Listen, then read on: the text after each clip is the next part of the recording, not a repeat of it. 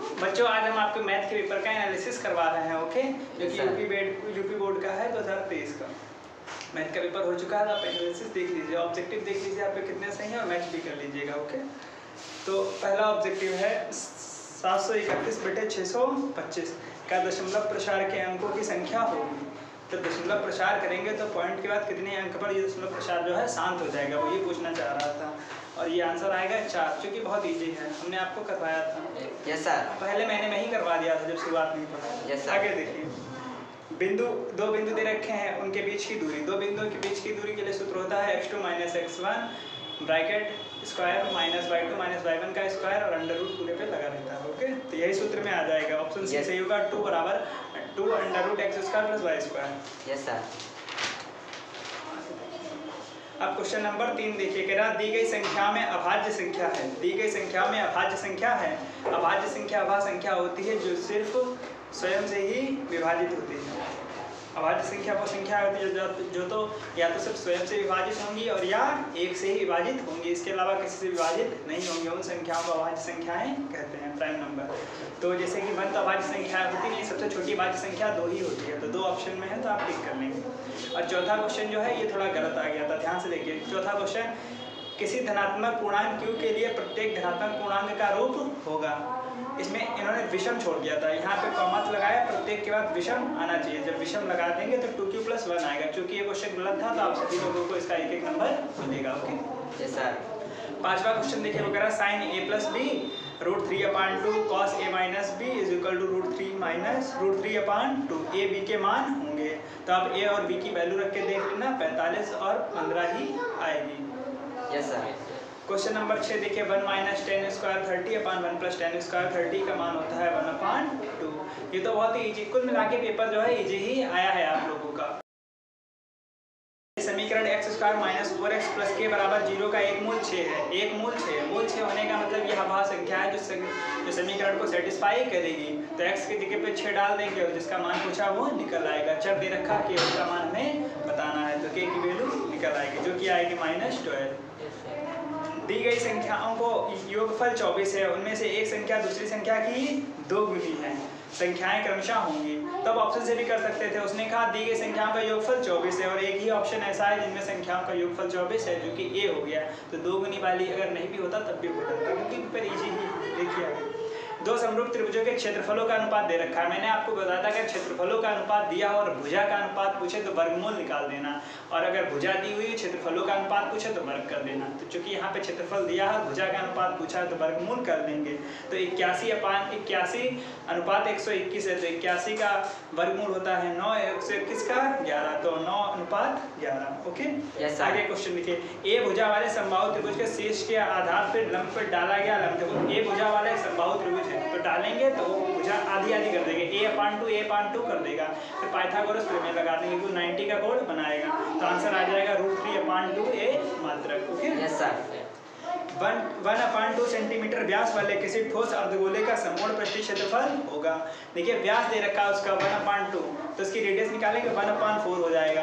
और अर्धगोले का संपूर्ण पृष्ठ होता है 3πr², वक्र पृष्ठ 2πr² और संपूर्ण पृष्ठ 3πr², और आयतन होता है 2/3πr³। तो 3πr² लगाएंगे तो आंसर आ जाएगा 3/16 पाई सेंटीमीटर स्क्वायर। Yes sir. अंदर बैठे चलते आगे।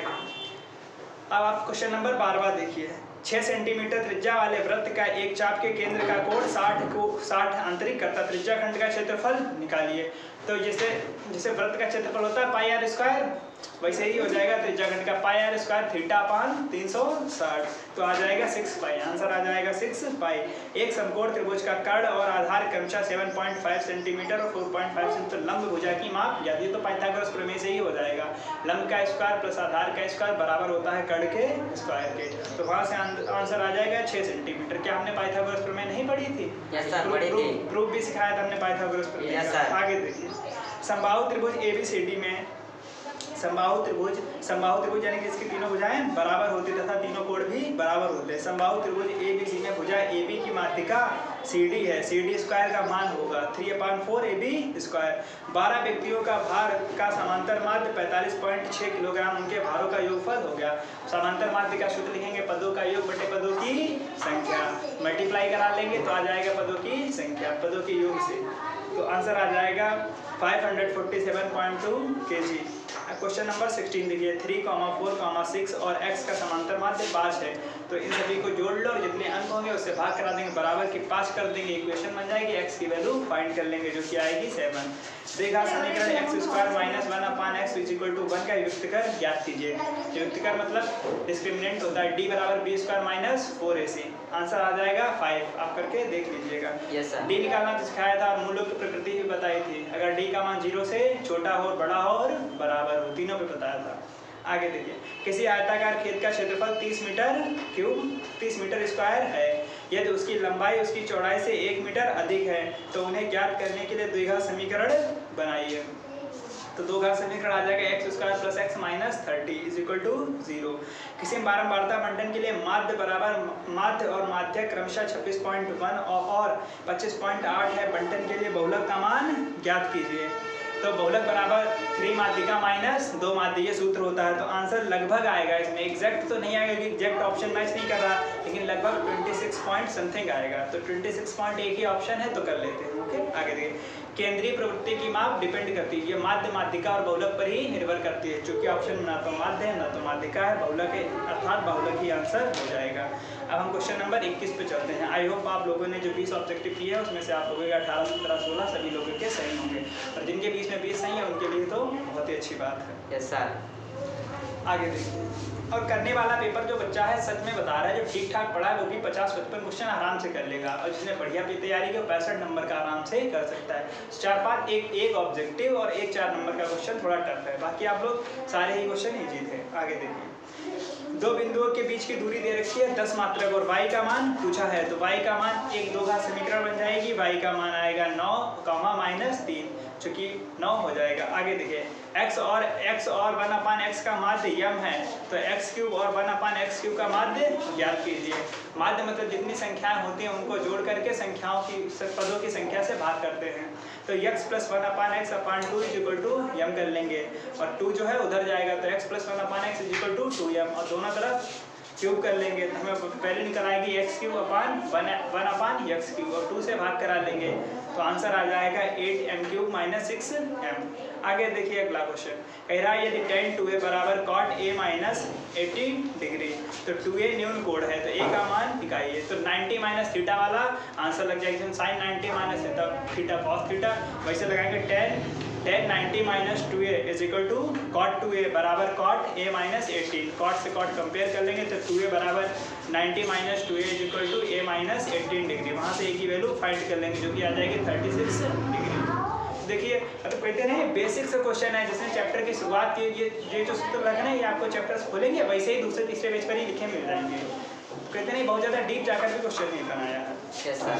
आगे देखिए, निम्नलिखित बारंबारता बंटन का माध्यक होगा। माध्यक पूछा है, कितना इजी है, देखो वर्ग अंतर दे रखा है, इसका आधा जोड़ करके आधा कर लेंगे, तो 5, 15, 25, 35 और 45, 5, 8, 20, 15, 7 इनको जोड़ लेंगे जो कि आएगा 55, और गुणा करा लेंगे, जो कि गुणा करा के जोड़ेंगे तो आ जाएगा 14/1485/55। सूत्र होता है माध्य बराबर सिग्मा fx/सिग्मा f, सिग्मा मतलब होता है जोड़, तो 1485/55 करेंगे तो आंसर आ जाएगा, भाग करा दीजिएगा। आगे देखिए, दिया गया है कि HCF दे रखा है 255/867 का बराबर 51, तो LCM हमें बताना है। आपको देखो जैसे LCM HCF का चैप्टर खोलेंगे वैसे ही पहले नंबर पर ही तुम्हें सूत्र मिल जाएगा। कहता है दो संख्याओं का योग हमेशा बराबर होता है उनकी लासा गुणे मासा के, तो पहली संख्या बराबर दूसरी संख्या बराबर लासा गुणे मासा, तो वहाँ से जो है मासा दे ही रखा है, दोनों संख्याएं दे रखे हैं, तो लासा आ जाएगा। लासा आ जाएगा 4335। आगे देखिए, सिद्ध कीजिए कि √2a का परिमेय संख्या है। मैंने आपको बताया था ये जो है इसकी विलोमता हमेशा मानना। इसने कहा परिमेय सिद्ध करना, तो परिमेय मानेंगे। तो मान लेंगे कोई भी संख्या माना n एक परिमेय संख्या है, तो √2 बराबर m।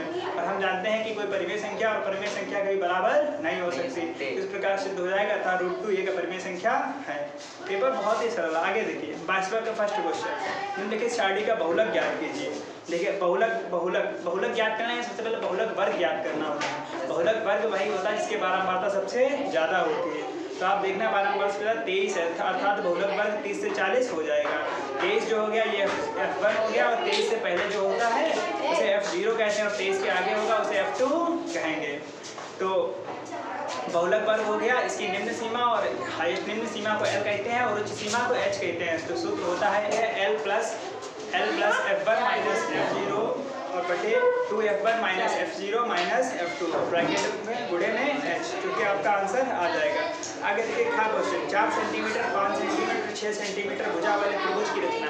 त्रिभुज की रचना ध्यान करना सिखा रहे थे लास्ट में। एक त्रिभुज बनाते थे, उसको 4-5 भागों में विभाजित कर लेते थे और वैसे ही बन जाता था। और रचना में आपको 6 पॉइंट लिखते साथ होता, हमने त्रिभुज बनाया, चाप लगाया, वही आपको लिखना पड़ेगा। आगे देखिए, पुनीत की 2 वर्ष पूर्व की आयु और अब से 4 वर्ष बाद की आयु का गुणनफल उसकी वर्तमान आयु के 2 गुने से 1 अधिक है। तो उसकी वर्तमान आयु मान लेंगे और पहले के लिए घटता है और बाद के लिए जुड़ता है। मान लेंगे माना पुनीत की आयु 100 वर्ष, जोड़ लेंगे, समीकरण बना लेंगे, तो आंसर आ जाएगा 3 वर्ष। आगे देखिए, आगे एक रेखा दे रखी है और पूछा है वैल्यू फाइंड कीजिए, मान निकालिए x का। 1/x रेखा नहीं समीकरण दे रखा, सॉरी, ओके। तो 1/x minus 1/x minus 2 equal to 3, और जहाँ x की वैल्यू 0 और 2 नहीं हो सकती, क्योंकि 0 2 रख देंगे तो इनफाइनाइट बन जाएगा। आप निकालेंगे तो घात समीकरण बन जाएगा और श्रीधराचार्य सूत्र से लगाएंगे, क्योंकि उसमें फैक्टर हो नहीं पाएंगे। तो श्रीधराचार्य सूत्रों का x बराबर minus b plus minus under root b square minus 4ac/2a। तो वहाँ से आंसर आ जाएगा 1 प्लस माइनस 1/√3। आगे 2 क्रमांकित धन सम संख्याओं ज्ञात कीजिए जिनके वर्गों का योगफल 340 है। 340 है, तो 2 संख्याएं आपको पता है कि सम हमेशा ऐसे मानते हैं 2m, पहली 2m और दूसरी 2m प्लस 2, अगली होती है 2m प्लस 4। विषम मानते हैं तो इसे मानते हैं 2m plus 1, 2m plus 3, 2m plus 5। तो 2 ही मानिए, तो 2m और 2m प्लस 2 मान लेंगे और उनके वर्गों का योग करके 340 के बराबर कर देंगे। तो x के 2 मान आ जाएंगे 12 और 14। x के मान आएंगे और फिर x की वैल्यू 2m में रखनी पड़ेगी, 6 आएगा x की वैल्यू 6, ओके। 12 और 14 वो संख्याएं हो जाएंगी। Yes sir. आगे देखिए 23वें खंड में एक ही क्वेश्चन आप लोगों को करना है। आगे देखिए 23वें में आपको रेखा वाला ही मिल गया, जो कि हमने पहले ही बताया था। सबसे पहले यही सवाल मैंने सबसे पहले करने आपको सिखाया था, जैसे तीसरा चैप्टर शुरू किया था। आगे देखिए, आगे जब सूर्य का उन्नयन कोण फाई से थीटा हो जाता है, ये दोनों ही क्वेश्चन है, चाहे फाई से थीटा वाला लगा लो, चाहे नीचे बहुमंजिला इमारत 30 से 45। हमें बताया इधर बढ़ेंगे तो कोण बढ़ेगा, समकोण त्रिभुज बनाएंगे, इधर बढ़ने पर कोण घटता है, तो ये 30 का हो जाएगा, ये 45 का हो जाएगा, ओके। आगे देखिए 25वां क्वेश्चन, 21 सेंटीमीटर त्रिज्या वाले वृत्त का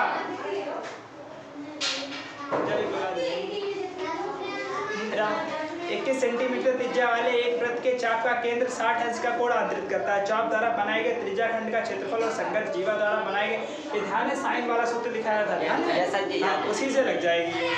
और चाहो तो अगर ये ना लगा पाना तो 32 वाला कर लेना, 32 सेंटीमीटर और 18 सेंटीमीटर आधार वाले। तो कुल मिला के 70 नंबर का आपका पेपर होता है, और 70 नंबर के पेपर में जिसके 23 आएंगे, 23 वाले को पास कर दिया जाता है। अगर 23 से कम आते हैं तो फिर बच्चा माना जाता है। 20 तो आपके ऑब्जेक्टिव हो गए। पढ़ने वाला बच्चा कुल मिला के 50-60 नंबर आराम से ला सकता है, और आप लोग तो खूब अच्छे से पढ़े, आप लोगों की तो भी ज़्यादा आएंगे। तो हमारे ख्याल से हमारे सभी बच्चों के 65 तक तो आंसर आने ही चाहिए, ठीक है। और लाने वाले तो 70 में 70 भी ला सकते हैं, कोई बड़ी बात नहीं है।